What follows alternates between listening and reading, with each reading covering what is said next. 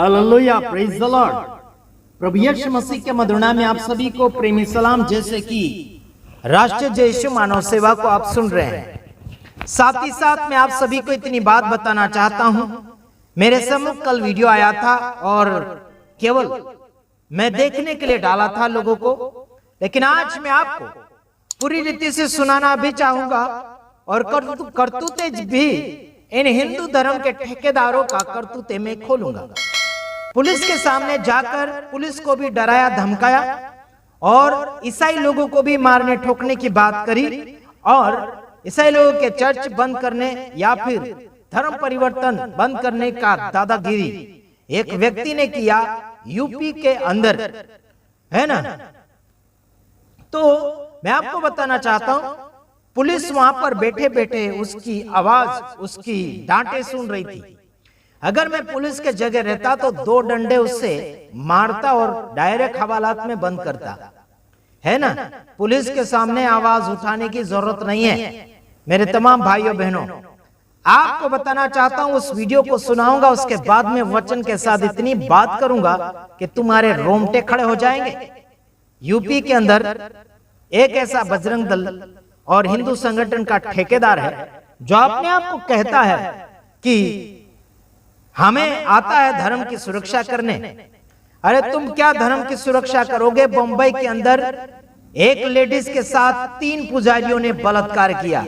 क्या तुम धर्म की रक्षा करोगे? क्या कर पाओगे तुम? अरे यार, तुम लोग लेडीजों की रक्षा नहीं कर पा रहे हैं। और ऐसे मूर्ख नेता लोग भी खड़े हो चुके हैं जो मूर्तियों के अंदर प्राण प्रतिष्ठा कर रहे हैं, जो मर रहे हैं, जो मार रहे हैं, उनको क्यों नहीं बचा रहे हैं, है ना। जो है नहीं उसे फिर बताना चाहते हैं प्राण प्रतिष्ठा। ऐसे मूर्ख व्यक्ति खड़े हो चुके हैं आज भारत देश में, है ना। जो है नहीं उसे स्थापित करना चाहते हैं।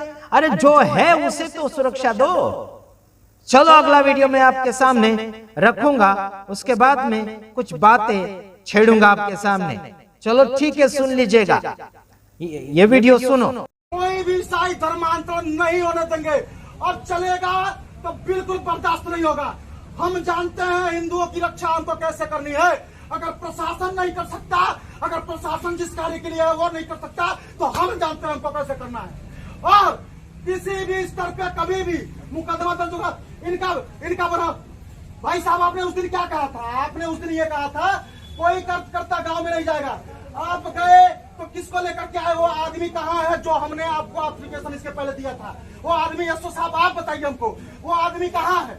अब आज जो लेकर के आए हैं पकड़ करके, उसको जो है ये सारे, अब इसमें कैमरा ऑन करो, इधर हम दिखाते हैं, यही सामने ही दिखाएंगे। ये क्या है? पवित्र बाइबिल। आइए सर, आपको भी दिखाते हैं, आप एक वीडियो बना रहे हैं। देखिए क्या है पवित्र बाइबिल। ये कौन पकड़ के लाया? ये बजरंग दल पकड़ के लेके आया है, ठीक है। अंदर तक का वीडियो, अंदर तक जो है बाजा उजा था, कौन पकड़ के लेके आया? हम लेके आएंगे। और ये हर जगह आप लोगों के आने के बाद कुमार सिंह जी हर जगह जा रहे हैं, जिसके वजह से जो धर्मांतर पकड़ के लेके आया जा रहा है, जो भी हिंदू कार्यकर्ता साथ दे रहे हैं, उनको उनके पीठ पे छुरा खोपने का काम इन्होंने किया।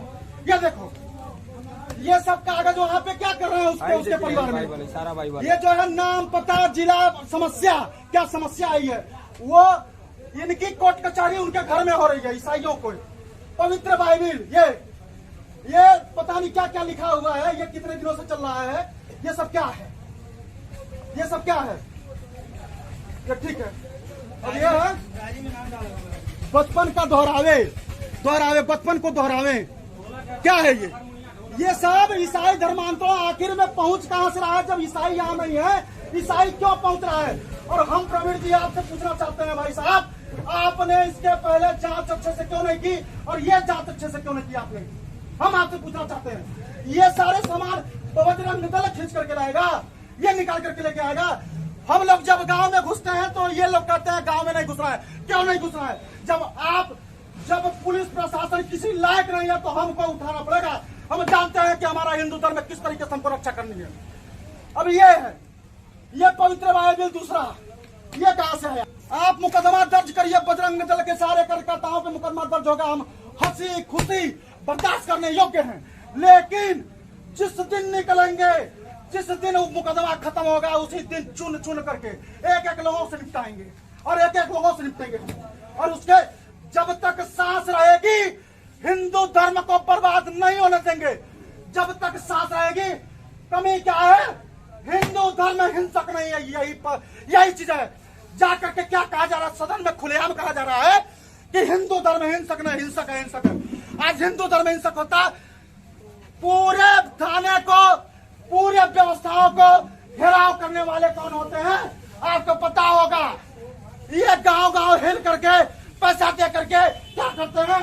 प्रवीण जी आपको पता होगा, आप गए थे, ये पकड़ने गए थे, किसको पकड़ के लेके आए हैं?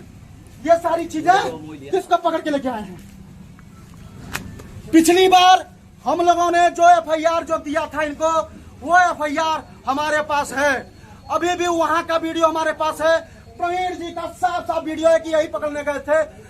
पूरे पुलिस प्रशासन से, पूरे सीएम योगी आदित्यनाथ से और जितने भी हिंदुत्ववादी नेता हैं उनसे हम कहना चाहते हैं, अगर आज हम नहीं रोके तो पूरा देश बर्बाद होगा और काटे जाएंगे सारे हिंदू, कटेंगे जिस तरीके से 1947 में हुआ, जिस तरीके से वहां कश्मीर में हुआ, वही स्थिति होगी। और यही प्रशासन खड़े होकर के तमाशा देखेंगे और यही वीडियो बनाएंगे।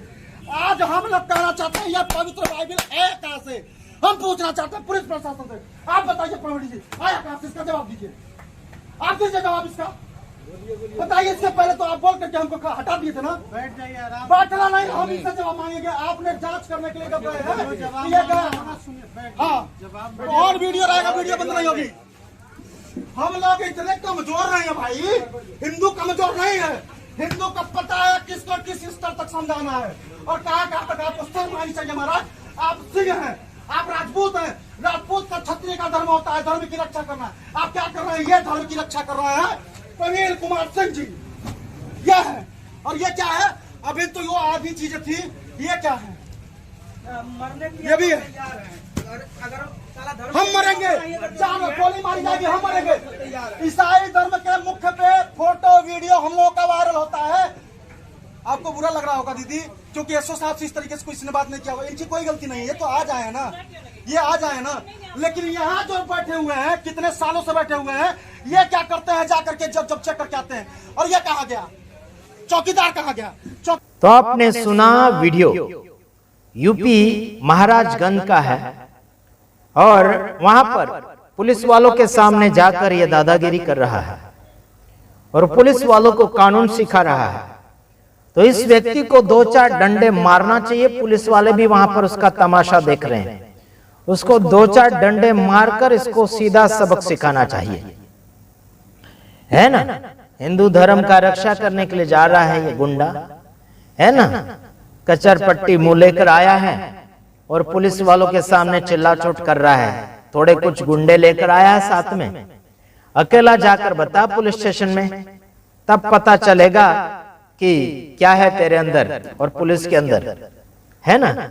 वहां पर जो भी पुलिस बैठे हुए थे उनको मैं बोलना चाहता हूं, इस हिंदू दल के ठेकेदार जो बजरंग दल वाले, और बोलता है कि जब तक हिंदू जिंदा रहेगा क्या क्या रहेगा, फलाना ढेकना बोल रहा है। तो देखिए, और मसीह लोगों को ये चुन चुन कर मारने की बात करता है। तो देखिए, मसीह लोग कोई कचरा नहीं है कि तुम चुन चुन कर मारोगे। मसीह लोगों को एक को अगर मारते हो ना, वो तो कीड़ों के समान ढेर सारे हो जाते हैं, है ना। एक को मारोगे तो 1000 आएंगे, पब्लिक बढ़ती चली जाती मसीह लोगों की। जितने मसीह लोगों को तुम छेड़ोगे उतनी जनसंख्या मसीह लोगों की बढ़ती चली जाएगी। और मैं आपको बताना चाहता हूं, भूतकाल से लेकर, मतलब प्रभु यीशु मसीह इस जगत में आए थे तब से लेकर अभी तक सताव चल ही रहा है, सताव के ऊपर सताव चल ही रहा है। ये कोई नई बात नहीं है। आपको बताना चाहता हूं, ये कोई नई बात नहीं है। और ये डराने धमकाने की बात जो करते हैं हिंदू संगठन के कुछ लोग हैं जो घबरा गए हैं और डर रहे हैं। देखो, हम लोग जो है प्रेम भाव की बातें सिखाते हैं, लोगों को सभ्यता और इज्जत की बातें सिखाते हैं और लोगों को सही मार्गदर्शन देने के लिए बाइबल पवित्र शास्त्र पढ़कर लोगों को समझाने के लिए कोशिश करते हैं। इसमें कोई बिछड़ाव नहीं, इसमें कोई बदलाव नहीं है, अलग प्रकार का, एक प्रकार का, यानी कि हम अंदरूनी भाग में बदलाव होने के लिए समाचार और प्रचार हम करते हैं। संवैधानिक रूप से हम जो समाचार दे रहे हैं, संविधान में लिखा गया है कि कोई भी व्यक्ति 18 साल के उम्र के बाद कोई भी निर्णय ले सकता है, चाहे कोई धर्म के नाम पर निर्णय ले, चाहे वो अपना जाति मामला हो, चाहे वो कोई बिजनेस करने का हो, या फिर कोई शादी की बातें हो आ गई हो, तो व्यक्ति इस बातों को संवैधानिक रूप से लागू करके आगे की ओर बढ़ सकता है। तो ध्यान दीजिएगा, तो किसी भी धर्म में जबरदस्ती लोगों को रोक नहीं सकते। धर्म बहुत से लोगों ने अलग अलग प्रकार के बनाए, लेकिन मसीह लोगों ने एक बात ऐसी तैयार करी है, ऐसी योजना तैयार करी है कि लोगों को यीशु मसीह का मार्गदर्शन सिखाना है। यीशु मसीह उद्धार करता है, वो कोई आपकी नुकसानी नहीं कर रहा है। यीशु मसीह आपकी चंगाई देता है, वो कोई नुकसानी नहीं कर रहा है। हॉस्पिटल में जाओगे तो पैसा लगेगा, लाखों हजारों खर्चने के बाद भी आपको शांति कभी नहीं मिल सकती। हेलो मेरे तमाम भाइयों बहनों, प्रभु यीशु मसीह के पास आने से शरीर की भी चंगाई और आत्मा की भी छुटकारा यानी कि चंगाई मिलती है। तो मैं आपको बताना चाहता हूं, जिस परमेश्वर ने सही मार्गदर्शन बताने के लिए बातचीत करी है, क्या उस परमेश्वर को क्या हम छोड़ दें? उसने जीवन दिया, उसने सांसें दी, उसने प्राण दिया, तो क्या हम उसे छोड़ दें?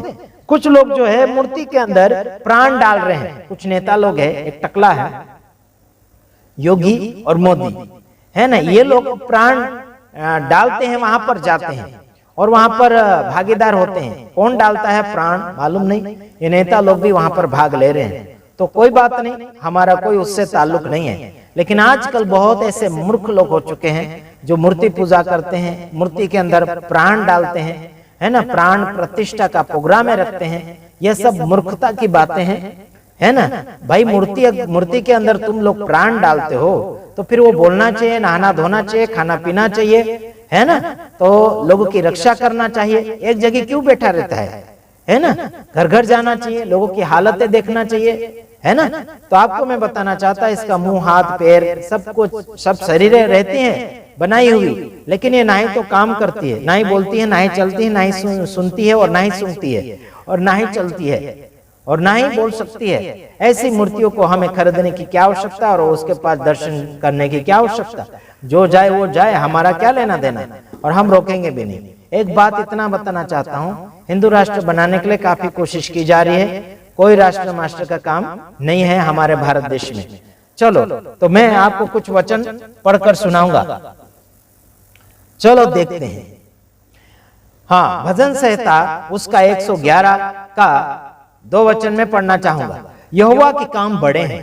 मेरे तमाम भाइयों बहनों, यहोवा का मतलब यहोवा परमेश्वर, सारी सृष्टि का मालिक। यहोवा के काम बड़े हैं, वो छोटे काम नहीं कर रहा है, वो बड़े बड़े काम कर रहा है। उसके काम बड़े हैं, जितने उनसे प्रसन्न रहते हैं वे उन पर ध्यान लगाते हैं। मेरे तमाम भाइयों बहनों, जितने लोग परमेश्वर से खुश है, परमेश्वर से नाराज नहीं है, उन लोगों के ऊपर परमेश्वर ध्यान देता है, उसके ऊपर लक्ष्य देता है, उसकी सुरक्षा करता है। तो तुम कौन होते हो? मारने और तोड़ने वाली बात करते हो ना, है ना, और जानलेवा हमला करने की बात करते हैं, नाश करने की बात करते हैं। अगर तुम परमेश्वर के मंदिर को नाश करोगे तो परमेश्वर तुम्हारा सत्यानाश करके रख देगा। तुम क्या कर पाओगे? हाँ, अगला वचन आपके सामने मैं पढ़ता हूं, 3 वचन। उनके काम वैभवशाली और ऐश्वर्यमय होते हैं और उसका धर्म सदा तक बना रहेगा। हालेलुया। उसका काम कैसा है? आश्चर्यजनक होते हैं, यानी कि आश्चर्य कर्म उसके होते हैं और उसका काम एकदम सुंदर होते हैं। उसके काम एकदम सुंदर होते हैं और उसका धर्म सदा बना रहता है। धर्म का मतलब है उसके कार्य, उसके शुद्धता, ईमानदारी। हेलो, समझ में आ रहा कि नहीं आ रहा? मैं उन धर्मों का नाम नहीं दे रहा हूं, यह कर्मों का धर्म है। Hallelujah, praise the Lord. ये कर्मों का धर्म है, ये कोई क्या बोलना चाहिए जाति पात का धर्म नहीं है। जो लोगों ने बनाया वो धर्म नहीं, परमेश्वर ही धर्म है, उसके कर्म ही धर्म है। समझ रहे कि नहीं समझ रहे? उसका कर्म ही धर्म है और उसके धर्म का कोई नाम नहीं है। बस उसका कार्य देखते जाओ और धर्म को पहचानते चले जाओ, उसके धार्मिकता क्या होता है। समझ रहे मेरे तमाम भाइयों बहनों? हाँ, यहाँ पर आगे लिखा है कि चौथे वचन में, पांचवें वचन में, हाँ चौथे वचन पढ़ता हूं। उसने अपने आचरणीय कर्मों का स्मरण कराया है, यहोवा अनुग्रहकारी और दयावंत है। हालेलुया। उसने अपने आचर्य कर्मों का स्मरण मतलब याद करवाया है, फिर कहता है कि यहोवा अनुग्रहकारी और दयावंत है। ये दाऊद राजा कहता है कि यहोवा दयालु है और उसके काम भी आप और मुझे याद करवाता है। वो आश्चर्य कर्म करने वाला यहोवा परमेश्वर है। क्या उस परमेश्वर को भूलकर हम किसी और परमेश्वर के पास जा सकते हैं? बिल्कुल नहीं। उसने आपको और मुझे सुंदर बनाया, उसने आपको और मुझे खाना पीना, रोटी, कपड़ा, मकान, परिवार, माँ बाप, भाई बहन दिए, तो कैसे क्या उस परमेश्वर को छोड़कर हम किसी गूंगी और बहरी के मूर्ति के पास जाकर घुटने और हाथ पर टेकेंगे? ऐसा हो नहीं सकता और ऐसा हम होने नहीं देंगे। ईसाई लोगों के अंदर भी ऐसा हो रहा है। यीशु की मूर्ति, मरियम की मूर्ति और क्रोस की मूर्ति, उसके सामने घुटने टेके जा रहे हैं। मैं इन मूर्ख लोगों को याद दिलाना चाहता हूं, समझदार बन जाओ, मूर्खता से बाहर आ जाओ। मूर्खता का मतलब होता है ना समझ। जो व्यक्ति ना समझ के साथ अपनी जिंदगी को इस्तेमाल करता है उसे मूर्ख कहा जाता है। मूर्ख को मूर्ख नहीं कहेंगे तो क्या कहेंगे? मेरे तमाम भाइयों बहनों, हम अच्छे को मूर्ख नहीं कह सकते। अगर अच्छे को मूर्ख कहेंगे तो उसको दंड भी मिलेगा, लेकिन हम मूर्ख को मूर्ख कहेंगे तो हमें दंड के बदले आशीर्वाद मिलेगा। मेरे तमाम भाइयों बहनों, क्यों? क्योंकि उसे हम मूर्खता से बाहर निकालना चाहते हैं। मूर्खता से व्यक्ति जब बाहर आ जाता है तब व्यक्ति पश्चाताप करके अपनी मूर्खता को छोड़ता है और आगे की ओर बढ़ता है। समझ रहे? आजकल लोग मूर्खता को छोड़ नहीं रहे हैं, मूर्खता के साथ अपनी जिंदगी को बनाना चाहते हैं और मूर्खता के साथ में जो जितने लोग बढ़ रहे हैं वो व्यक्ति उनके साथ में चलने वाले को भी मूर्ख बना रहे हैं। तो आइए अगला वचन बोलकर मैं समाप्ति की ओर जा रहा हूं। हाँ, यहां पर लिखा है यूहन्ना यानी कि भजन संहिता का 5 वचन मैं आपके सामने पढ़ूंगा, उसके बाद में बंद करूंगा। हमारे परमेश्वर यहोवा के तुल्य कौन है? वह तो ऊंचे पर विराजमान है। हालेलुया। यहां पर लिखा कि हमारे परमेश्वर के तुल्य कौन है, उसके बराबर कौन है? मुझे आप बता सकते हैं कौन है? 33 करोड़ के अंदर से लाके बता दो। कोई अलग जात पात के नीच ऊंच वाले महाराज पंडित लाकर बता दो। अरे हमारे परमेश्वर के तुल्य कौन है? दाऊद राजा कहता है हमारे परमेश्वर के तुल्य कौन है? उसकी बराबरी कौन कर सकता है? उसके बराबर कौन है? उसके जैसा कौन है? मेरे तमाम भाइयों बहनों, वह परमेश्वर जमीन और आसमान का बनाने वाला परमेश्वर है। वह परमेश्वर आपका और मेरा निर्माण करने वाला 206 हड्डी से इंसान को उसने बनाकर रख दिया। मेरे तमाम भाइयों बहनों, मिट्टी से इंसान को बनाया, उसके अंदर परमेश्वर ने क्या क्या रच दिया वो तो ध्यान रखो। आप अगर किडनी खरीदने के लिए जाते हो तो 1 करोड़ की मिलती है और बाकी शरीर का कितना कीमत होगा? आप लाखों करोड़ों के इंसान हैं, फ्री में आपको परमेश्वर ने बना कर दिया है। क्या उस परमेश्वर को भोजना यानी कि भजना गुनाह है? क्या उस परमेश्वर की आराधना भक्ति करना, उसकी सच्चाई बताना, लोगों के पास में जाकर है ना प्यासे भूखे जाकर समाचार बांटना, क्या यह गुनाह है? हिंदू धर्म के ठेकेदारों, तुम इतनी मेहनत करके कार्य नहीं कर सकते हो। कौन कर रहा है इतना मेहनत? सब तो इधर उधर दान डोनेशन इकट्ठा कर करके मंदिरें बना रहे हैं। मेहनत से काम करके बता दो, अपने पैसे से कर करके और बनाकर दिखा दो, तब पता चलेगा तुम्हें असलियत क्या है। मेरे तमाम भाइयों बहनों, परमेश्वर आपकी चीजों का भूखा नहीं है। परमेश्वर आपके मंदिर मस्जिद चर्चों का भूखा नहीं है। परमेश्वर को ऐसी चीजों की आवश्यकता नहीं है। परमेश्वर आपके साथ रहना चाहता है। मेरे तमाम भाइयों बहनों, हमारे गुजरात में एक पास्टर रेवरेन है, उसकी दोनों किडनी फेल हो चुकी है और वो जी रहा है। लोग दुआ कर रहे हैं, हम भी दुआ कर रहे हैं ताकि वो जिंदा रहे और उसकी जिंदगी में जितनी सेवा बची है वो करके मरे, है ना। तो उसे किडनी कोई नहीं दे पा रहा मेरे तमाम भाइयों बहनों, और उसके किडनी के साथ मैचिंग होने वाली किडनी भी नहीं मिल रही है। है ना। उसने काफी लोगों के साथ गद्दारी भी करी है, तो जैसी करनी वैसी तो भरनी है ही। लेकिन हम उनको ताने नहीं देते हैं, बस प्रार्थना करते हैं प्रभु उसके करनी का बदला मौत नहीं बल्कि जिंदगी दे दें। यही हम आशा करते हैं। मेरे तमाम भाइयों बहनों, उसे सुधर जाना चाहिए। जो लोग व्यक्ति कर यानी कि जो लोगों के साथ, अपने लोगों के साथ धोखाधड़ी करके अपना पेट भरना चाहते हैं, अपनी जिंदगी और अपनी कैरियर बनाना चाहते हैं, अपनी हैसियत बनाना चाहते हैं, दूसरे की हैसियत को मिटाकर, दूसरे के धन दौलत को लूटकर, उनकी इज्जतें लूटकर अपने आप को बढ़ाना चाहते हैं, ऐसे गद्दार और मूर्ख लोग होते हैं।